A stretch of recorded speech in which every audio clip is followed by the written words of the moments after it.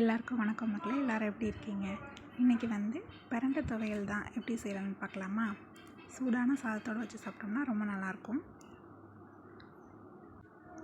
இப்போ இந்த பிரண்டை நம்ம எப்படி க்ளீன் பண்ணோம் அப்படின்னா, கையில் ஃபஸ்ட்டு நல்லா நல்லெண்ணெய் இல்லைன்னா தேங்காய் எண்ணெய் ஏதாவது நல்லா தடவிக்கணும். இல்லைன்னா இது அரிக்கும். அந்த பிரண்டையிலே இனுக்கு இனுக்காக இருக்கும். அந்த இடத்துல வச்சு நம்ம கட் பண்ணோம்னா இப்படி நார் நாராக வரும். ஸோ நாரெல்லாம் எடுத்துடணும். 4 பக்கெட் நார் இருக்கும். நார் எடுத்துகிட்டு இந்த மாதிரி குட்டி குட்டியாக கட் பண்ணி எடுத்துக்கணும். இது என்னோடய கைக்கு ஒரு கைப்பிடி அளவு நான் எடுத்திருக்கேன். அது போக எனக்கு பிரண்டை இருக்குது. அந்த மிச்சத்தை பிரண்டை பொடி செய்யலான்னு எடுத்து வச்சுருக்கேன். ஒரு கைப்பிடி இப்போ நம்ம கட் பண்ணி எடுத்து வச்ச பிரண்டை, 3 பல் பூண்டு, கொஞ்சமாக புளி, தேவையான அளவு சின்ன வெங்காயம். இது ஒரு 50 கிராம் எடுத்திருக்கேன். தேங்காய் சில் ஒரு கைப்பிடி கட் பண்ணி எடுத்திருக்கேன். இது கூட 2 வரமிளகாய் சேர்த்துக்கோங்க. அதை நான் சொல்ல மறந்துட்டேன்.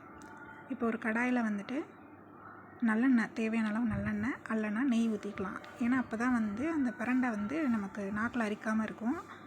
அதுக்காக ஒரு 4 ஸ்பூன் நல்லெண்ணெய் ஊற்றியிருக்கேன். இது நல்லா வதக்கிக்கணும்.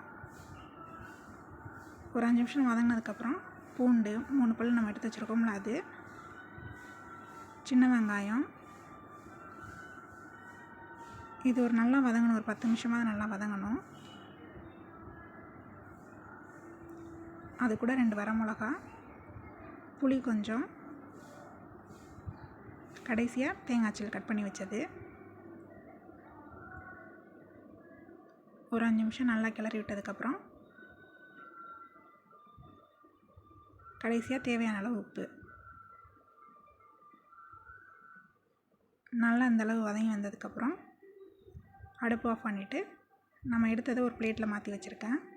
சூடு ஆறுனதுக்கப்புறம் மிக்ஸி ஜாரில் போட்டு அரைச்சிக்கலாம்.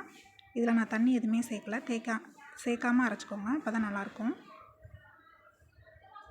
சுடு சாதத்தோடு வச்சு சாப்பிட்டிங்கன்னா சூப்பராக இருக்கும். ட்ரை பண்ணி பாருங்கள். இந்த வீடியோ பிடிச்சா லைக் பண்ணுங்கள், சப்ஸ்கிரைப் பண்ணுங்கள், ஷேர் பண்ணுங்கள். நன்றி மக்களே.